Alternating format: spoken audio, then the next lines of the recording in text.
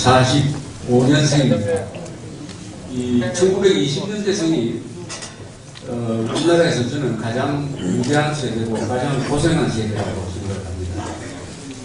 일제시대 고생하시고 6.25를 온몸으로 겪고 그 다음에 개발인데 가장 열심히 일을 하시고 조금 지나려고 하니까 이제 연세가 드셔가지고 그래서 가장 위대한 세대 The Greatest Generation인데 그분을 대표하시는 우리 김동일 선생님하고 오늘 기차 타고 오면서 옆에서 여러 가지 이야기를 나눴습니다. 꼭 회고록을 쓰시라고 그랬습니다. 저분이 만난 우리 시대의 거인들이 많습니다. 이승만, 박정희, 전한영, 이병철 뭐 이런 이야기인데 오늘 그런 이야기 하나를 소개하면 이병철 삼성 창업대학에서 돌아가시고 그분을 평생 모셨던 운전사가 탄 차를 운전사가 또 모르는 차를 타고 삼성 어디에 강연차 갔답니다. 그래서 이병철 선생을 운전으로 모셨던 그 운전기사가 우리 김동일 선생한테 이런 이야기를 했답니다. 우리 이병철 회장님은 삼성보다는 나라를 더 사랑하시는 분이었다고 이렇게 이야기하더라고요. 삼성보다는 나라를 더 사랑하시는 분이었다.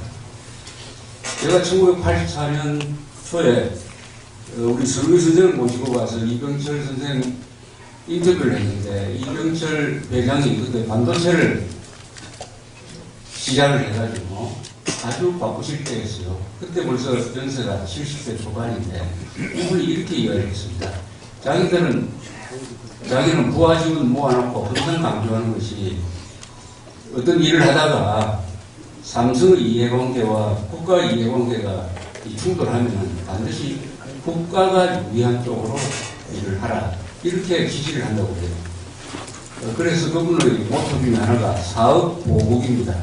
사업을 통해서 국가에 보답한다.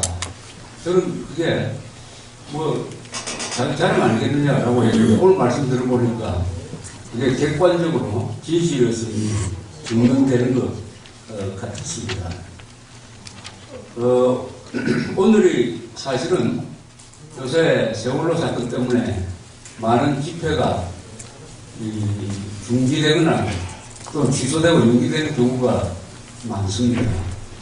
그런데 이 모임은 사실은 이 기간에 꼭 해야 될 모임이라고 생각을 합니다. 왜냐하면 세월호 사건은 안전 문제고 오늘 국민행동본부가 강조하려고 하는 것은 안보 문제입니다. 안전과 안보는 같습니다. 같은 문제입니다.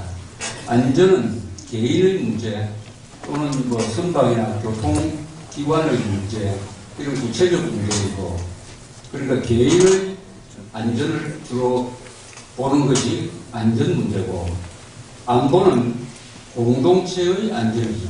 국가라는 이 공동체의 안전을 생각하는 것이 안보니까 안전이 있어야 안보가 있고 안보가 있어야 또 안전이 보장되니까 오늘 이 모임은 꼭 있어야 될 모임인데 다행히 연기되지 않고 이 자리에서 이런 좋은 분들 모시고 이야기가 진행되고 있습니다. 김동일 선생님의 말씀은 삶과 죽음의 이야기 같습니다. 이번에 많은 분들이 희생되니까 다 우리 국민들이 이 텔레비전이나 신문을 대하면서 살고 죽는 게 무엇이냐 하는 것을 생각하게 되었습니다. 인간 생명이라는 것이 얼마나 소중하냐 하는 것을 더욱 실감을 하게 되었습니다. 특히 이 고등학교 학생들 앞으로 적어도 60년, 70년, 80년 살 고등학교 학생들 또 요새 두 자녀 낳기 하는 분들이 많아가지고 그 집안에 두 사람 중에 하나든지 아니면 한 사람이라든지 하는 이런 아주 소중한 이 생명이 저런 식으로 희생되는 것을 보면서 모든 국민들이 느끼는 이 마음이 무겁기 때문에 요새 한 열흘 이상 이 상가 같은 분위기가 계속되고 있습니다. 이 인간 생명 소중하기 때문에 저렇게 많은 희생자가 나오면은 저기에서 무슨 의미를 우리가 뽑아야 될 거라고 생각합니다.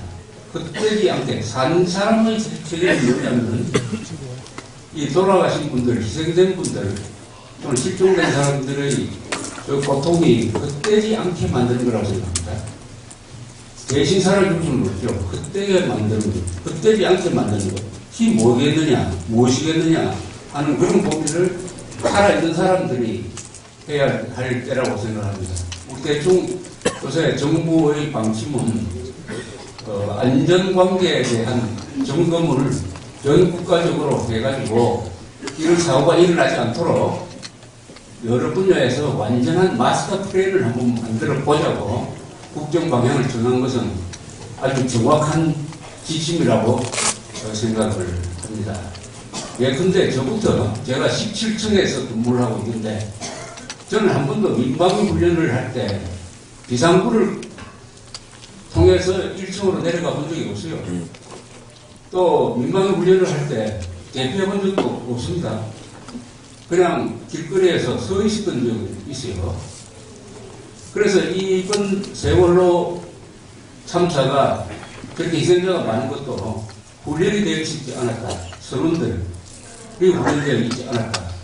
하는 지적을 하는데 국가 차원에서 우리 민방위 훈련에 얼마나 협조를 하고 있느냐 하는 것도 반성해 볼 계기가 있는 것이죠.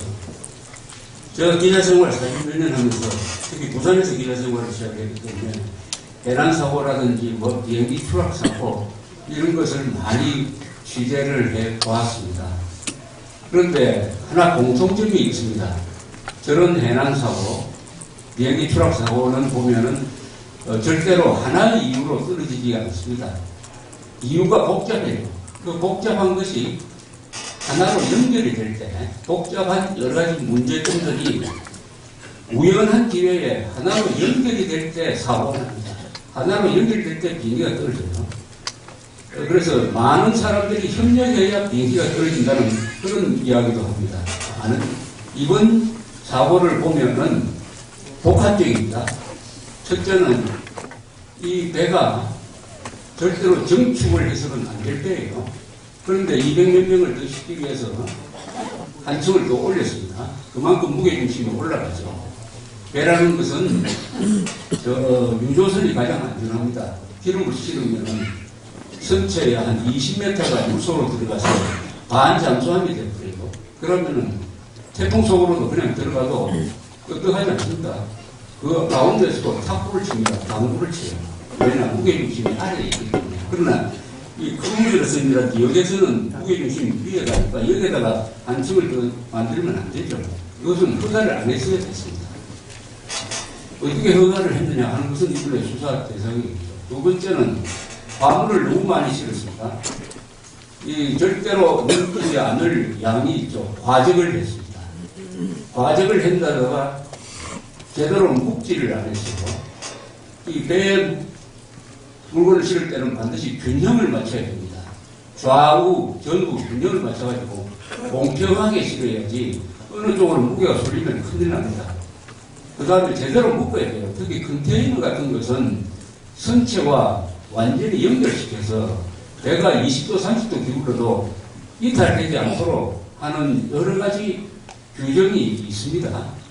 그런데 이번에 기울어져 버리니까 그 물건들이 한쪽 방향으로 와르르 쏟아졌습니다. 특히 그 선수 갑판에 있는 컨테이너는 바다에 둥둥 떠다니고 하는 것을 여러분 보셨을 것입니다. 이번 사고에서 가장 큰 원인이 아마 그 화물에 있을 것입니다. 그리고 그 유속이 빠른 그 수로를 지나갈 때 이제 그 쟁점이 되는데 그 키를 너무 급하게 돌렸다. 이게 다른 여러 가지 잠재된 문제점들을 폭발시키고 연결시키고 노출시키는 역할을 했어요. 그런데 급한 변칙 가지고 배는 자빠지지 않습니다. 배는 35도 이상 돌리지 못하게 그렇게 딱 리미트가 정해져 있습니다. 그리고 바다이기 때문에 배가 무겁기 때문에 천천히 돌아갑니다. 그 브레이크를 밟아도 서는데 한 1km, 2km 나가요. 근데 보통자는 절대로 급별침을 해가지고 배가 자빠지지 않습니다. 그러나 물건을 그런 식으로 실어가지고 또 정축을 해가지고 불안정한 상태에서 급회전을 하면은 이게 다 연결이 되어버리는 것이죠. 그렇게 해서 이렇게 자빠졌습니다. 쉽게 말하면 보건력,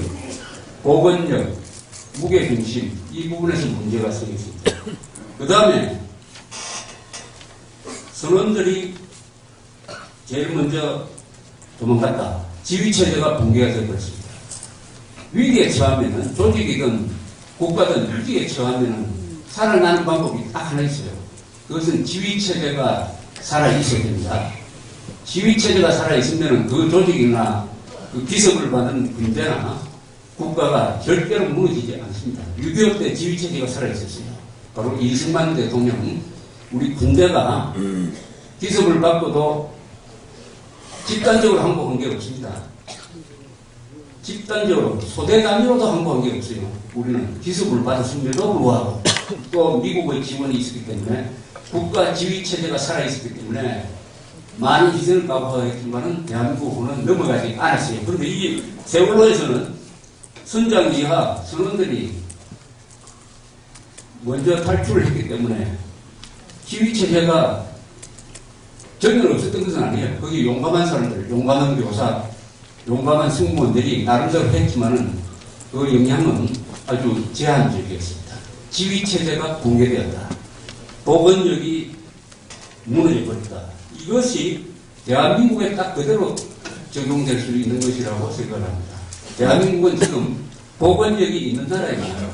대한민국은 위기 때 지휘체제가 살아있는 나라가 될 수 있을 것이냐 하는 생각을 갖게 하는 것이 이번 세월호 안전사고라고 생각을 합니다. 오늘 들어오실 때 국민행동본부가 준비를 해가지고 이 교육부는 무슨 일을 하느냐, 교육을 지휘하는, 교육을 관리하는 부서죠. 그 교육은 뭐냐?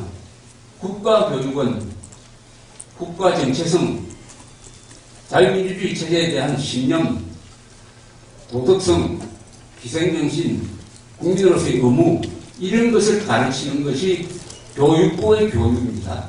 그 다음에 기능교육, 이 덧붙여야 되겠죠. 그런데 이 교육부가 관리하는 고등학교 한국사 교과서가 어떻게 되어 있느냐 하면은 이것은 90%의 학교에서 써먹는 이 고등학교 한국사 교과서는 북한에서 쓰여져야 될 교과서입니다. 북한에서 쓰여질 교과서가 국가금민정을 통과를 해가지고 지금 현재 이 순간에도 2,500개의 고등학교 중에서 90%의 학교에서 가르치고 있다. 어떻게 가르쳐지고 있느냐? 대한민국을 지킨 이승만, 박정희를 주적으로 삼고 국군을 학살 집단으로 몰고 그러면서도 또 미군을 욕하고 미국의 원조에 대해서 감사하는 마음이 없고 그 대신 김일성, 김정일, 김정은에 대해서는 아주 애틋하게 변호하고 또 그쪽 편인 중국과 소련을 적극적으로 비호하고 자유민주주의 좋다는 이야기 안 하고 공산주의 나쁘다는 이야기 안 하고 기업인, 국군, 기술자의 공로는 인정하지 않고 오로지 시위를 많이 한 노동자, 농민, 민주투사가 대한민국을 던진 것처럼 이렇게 쓰는 개혁투쟁적 사관으로 쓰여진 교과서를 우리 대한민국이 국민 세금을 통해서 국가가 금민정을 통과시켜가지고 그런 교과서를 가지고 공부를 시키고 있습니다. 박근혜 대통령은 작년에 국사교육을 강화를 해야 국민을 제대로 만들 수 있다 라고 이야기를 했습니다. 그때 이야기할 때는 6.25를 남침이 아니라 북침이라고 생각하는 학생이 70%가 되니까 이건 고쳐야 되겠습니다. 이렇게 이야기를 했는데 막상 결과는 어떻게 되느냐 하면은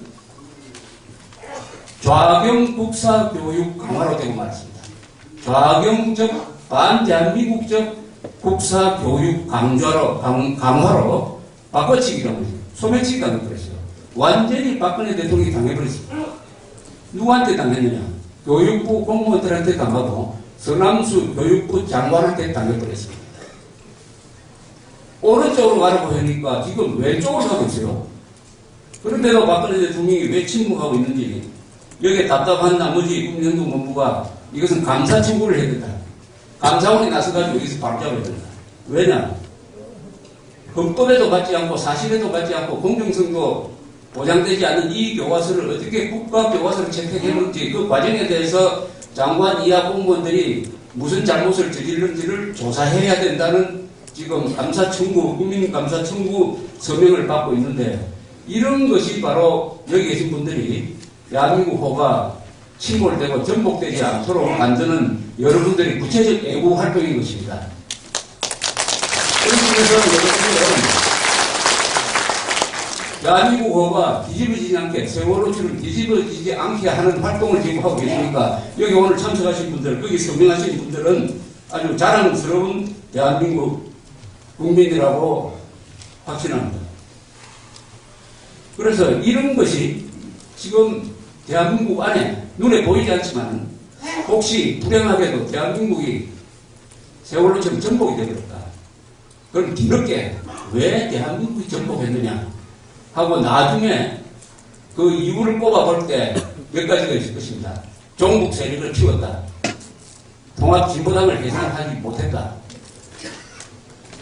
북한이 핵미사일 실전 배치했는데도 우리는 한가하게 미사일 방어망을 만들지 못했다.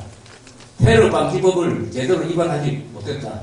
이런 것 중에 하나가 학생들한테 반대한민국 좌익 교육을 시키는 것을 대한민국이 막지 못했기 때문에 다른 요인과 합쳐져서 결정적 시기에 대한민국은 전복되고 5천만의 우리 국민들은 김정은 치하에서 살게 되었다.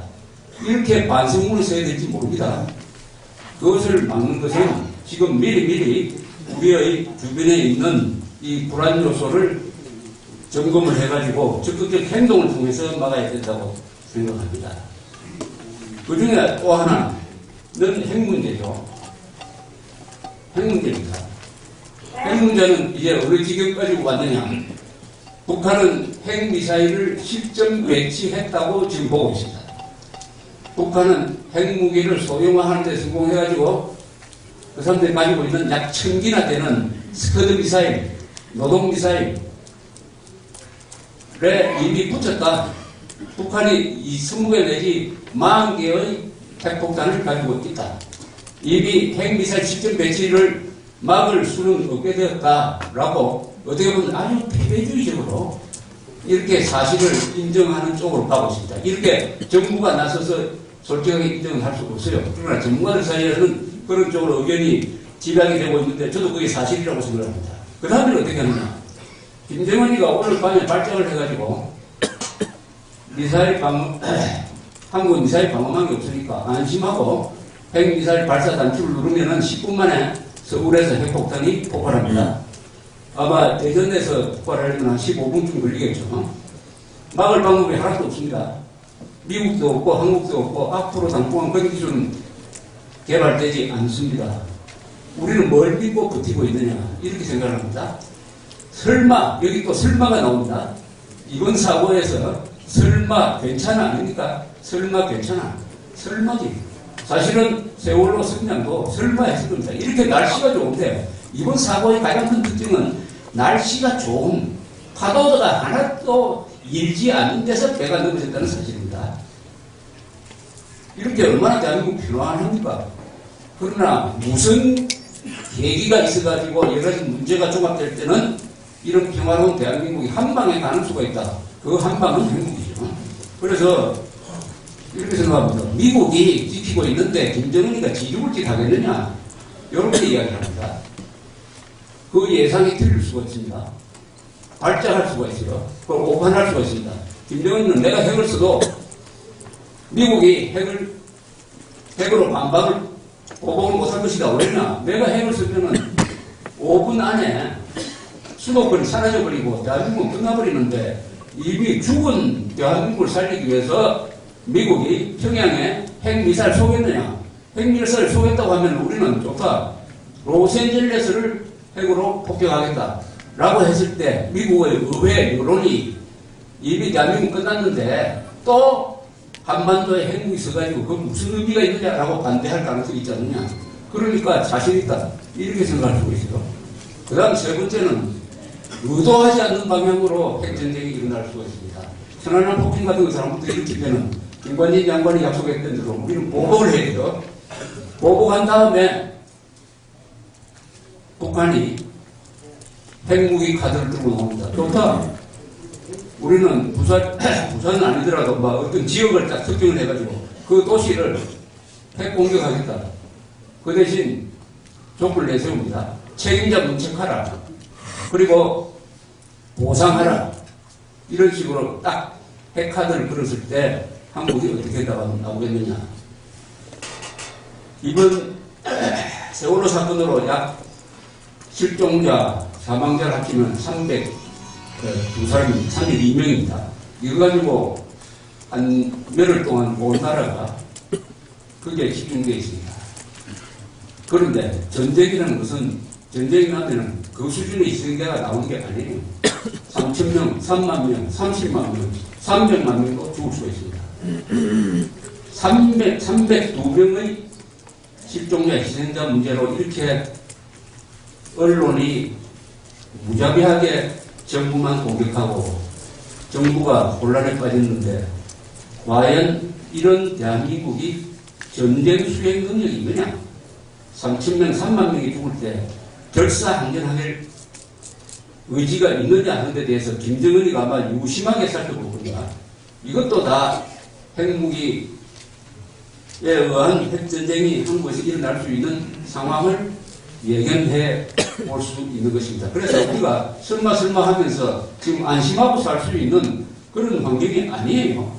미국이 제공하겠다는 핵 우산을 믿고 우리가 오늘 이렇게 한가하게 웰빙 생활을 즐기면서 산다는 것 자체가 이게 흔히 말하는 사망유의입니다. 사망유의라는 것은 뭐냐? 내가 죽어봐야 죽는 줄 안다는 거 아닙니까? 내가 설마 죽겠느냐? 이렇게 위험하게 해도 설마 하다가 세월호가 넘어가듯이 언제 이 핵 문제로 가지고 핵 문제를 가지고 대한민국이 결정적 순간에 처하는 날이 반드시 올 것입니다. 오는 것은 기정사실이에요. 그 다음에 어떻게 대비하느냐 하는 것은 지금부터 잘 준비를 해야 성공적으로 대비할 수 있고, 그게 안 되면은 내가 기구뚱 하듯이 해가지고 2시간 만에 넘어가는 사태가 대한민국에 일어나지 않는다는 보장은 없는 것입니다. 준비하면 괜찮아요. 그러나 이번 세월호 사건을 가지고 우리가 안전뿐만 아니라 안보 문제까지, 특히 핵 문제까지, 그리고 내부적으로 대한민국을 해체시키고 있는 겁니다. 해체시키고 있는 이 종북 문제, 교과서 문제까지 이 대한민국에 동성한 우리 국민들이 정신을 바짝 차려가지고 대책을 세워야지. 그럼 무슨 대책이 있느냐? 아까 교육부 장관을 몰아내야 됩니다. 교육부 장관을 해임해야 됩니다. 파면해야 됩니다. 여러분들이 그런 전화를 거시고 관련 서적을 읽어보시고 하는 것도 대한민국을 살리는 방법이에요. 그 다음에 핵에 대해서는 우리가 핵무장하는 게 가장 좋은 방법입니다. 저기 핵무장하면은 반드시 우리가 핵무장을 해야 우리를 지킬 수가 있어요. 그것 하기 싫으면은 방어망을 빨리 만들어야 됩니다. 그리고 방공호도 만들어야 돼요. 그러면은 핵을 맞더라도 살아남는 사람이 생깁니다. 살아남는 사람은 보복을 할 수가 있어요. 그렇다면은 북한도 핵을 쓰기 전에 좀 조심하겠죠. 그래서 핵미사일 방어망을 빨리 만들어야 됩니다. 근데 만들려고 하면은 종북 좌익 세력들이 만들지 말라고 해요. 그걸 방해하고 있습니다. 왜냐? 미국 기술이 들어오기 때문에 미국 기술과 손을 잡고는 만들지 말라고 합니다. 그래서 대한민국은 지금 적전 핵 무장이 아니라 핵전 무장해제입니다. 핵 앞에서 완전히 무장해제되어 있어요. 간단하게 이걸 좀 비유적으로 이야기하면은 강간 상습범 아닙니까? 북한은 전쟁 범죄 상습범이에요. 강간 상습범 앞에서 처녀가 옷을 벗고 있는 거예요. 그러니까 옷을 입으라 하는 것이 MD 미사일 방어망 만드는 거예요. 그 옷을 입으라고 하는 최소한의 자기적 조치도 취하지 못하고 있는 것이 오늘날 대한민국의 정치권의 생리입니다. 그 이유는 그 안에 발해세력이 들어가 있습니다. 이적 세력, 핵을 가진 북한 편으로 들고 간 세력이 있기 때문에 우리가 핵 방어망을 만들지 못하도록, 즉 세월호에 구명정이 터지지 않고, 구명정은 그 내리기가 힘들었습니다만 구명벌이라고 있는 라이프 레프트라고 하는 거, 이건 터져야 되는데 그게 터지지 않고 아무 소용도 없었어요. 그리고 화물을 아무나 실어도 아무도 제지하는 사람이 없었습니다. 꼭 그 일을 해야 될 위치에 있는 사람이 그 일을 하지 않았어요. 이 선장이 너는 왜 니 혼자 살았느냐고 우리가 욕해서는 안 됩니다. 왜 의무를 다 하지 않았느냐라고 욕을 해야 됩니다. 자기의 진지를 사수하지 않았어요. 자기의 진지를 사수하지 않으면 그 전선이 무너지는 것이죠. 그런데 우리 국민들은 각자가 자기 진지가 있다고 생각합니다. 요거는 내가 해야 될 몫이다. 학부모 같으면은 그 자녀들이 좌익교육 받고 있는 것을 방치하면 안 되죠. 그것은 교사한테 항의하고 교장한테 항의해야 될 일이라고 생각합니다. 그러니까 각자가 가지고 있는 진지가 뭔지 이것을 지켜내는 사람들이 많아야 이 자유민주주의 체제는 유지된다고 생각을 합니다. 그래서 세월호 침몰 사건을 계기로 해가지고 이분들의 희생이 헛되지 않기 위해서는 우리 사회, 국가, 가정에 있는 이 안전 시스템을 재점검하고 그것을 한 번 더 확대시켜가지고 국가 차원의 안보의 시스템에서 우리가 이미 금이 가고 있는 부분이 뭔지를 빨리 밝혀내가지고 여러분들이나 이런 조직이 있는 사람들이 대처하면서 한국을 더 안전한 나라로 만든다고 한다면 이번 희생된 것이 아니라 더 많은 생명을